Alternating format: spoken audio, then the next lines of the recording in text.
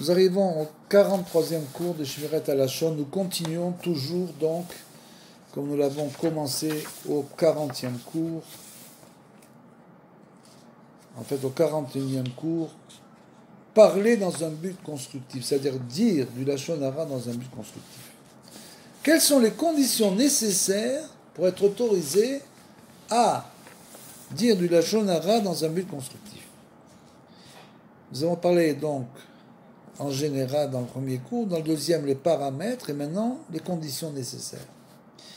Il ne suffit pas qu'un cas donné entre dans une des catégories énumérées ci-dessus pour qu'en parler soit considéré comme constructif. Plusieurs conditions doivent d'abord être remplies, c'est-à-dire que c'est pas chaque cas doit être sous-pesé, c'est pas dans tous les cas où malgré tout on peut parler, dire du Lashon Hara, donc il y a des conditions à cela. La première série de conditions touche la vérification des faits. Il est catégoriquement interdit d'exprimer sur quelqu'un des critiques fondées seulement sur des oui-dire, et aujourd'hui, alors avec tous l'internet, le WhatsApp, etc., alors là, il y a des informations qui sont diffusées dans tous les sens sans que nous ayons aucune manière de vérifier rien du tout. Donc il y a des gens qui passent toutes ces informations dans tous les sites, mais malheureusement, ce n'est pas des choses qui sont du tout vérifiables, donc ça rentre dans le cadre de la Lashon Hara. Avant de faire une chose pareille, il faut vérifier la véracité. Et donc c'est la première série de conditions. Il est catégoriquement interdit d'exprimer sur quelqu'un des critiques fondées seulement sur des oui-dire.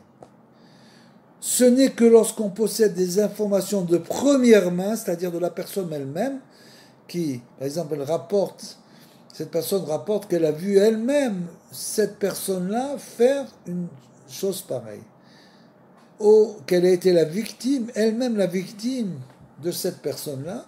Donc si on reçoit les informations de la victime elle-même, à ce moment-là, on sait que ces choses-là sont des choses vraies.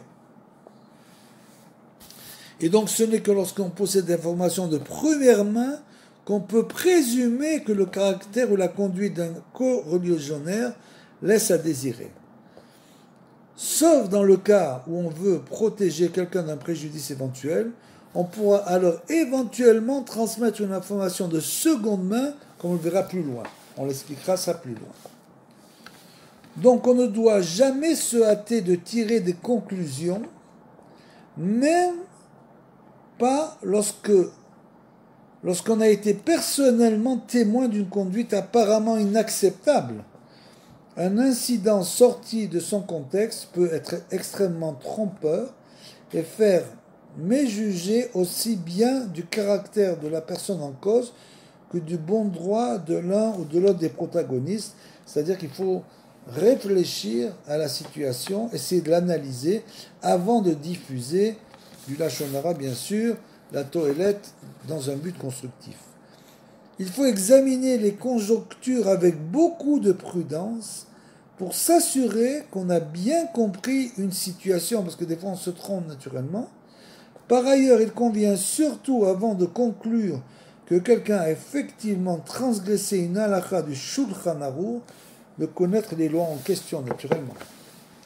Si c'est par exemple une chose évidente comme du vol, ou un mensonge évident, alors bien sûr, une personne qui vole à une autre personne, ou qui se sert d'une autre personne pour voler, etc., ou qui trompe ou qui ment, alors bien sûr c'est des choses évidentes. Mais il y a des autres cas qui sont plus fins, dans lesquels il faut bien sûr bien analyser la situation.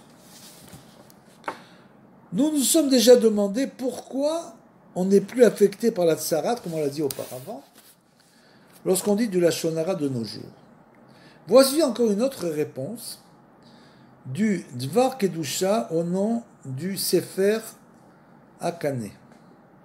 Les affres de la pauvreté remplacent la tsarat aujourd'hui, puisque bien sûr celui qui du Lashon Hara va voir sa parnassa diminuer, ça c'est clair. Ou bien c'est par exemple il essaye Malheureusement, comme on a expliqué auparavant, le monde des affaires, c'est le pire des mondes pour le Lachon Hara. Parce qu'en fait, l'associé, c'est quelqu'un qui raconte tout, c'est comme le conjoint. Et donc, par rapport à ça, le monde des affaires est un monde où on est sans arrêt attaqué, on est obligé de se défendre. Et bien sûr, de cela, il va sortir beaucoup de la shonara. Et donc, les affres de la pauvreté remplacent la tsarat, car l'indigent qui dépend des autres pour vivre perd sa fierté, une des causes principales du lachon hara. En outre, il redoute de parler des autres, car il craint que ses propos ne leur soient rapportés et que ne lui refuse ensuite son aide. Le Tikkuné Zohar dit lui aussi que le lachon hara amène la pauvreté. Celui qui veut éviter les difficultés matérielles fera donc bien de s'en garder.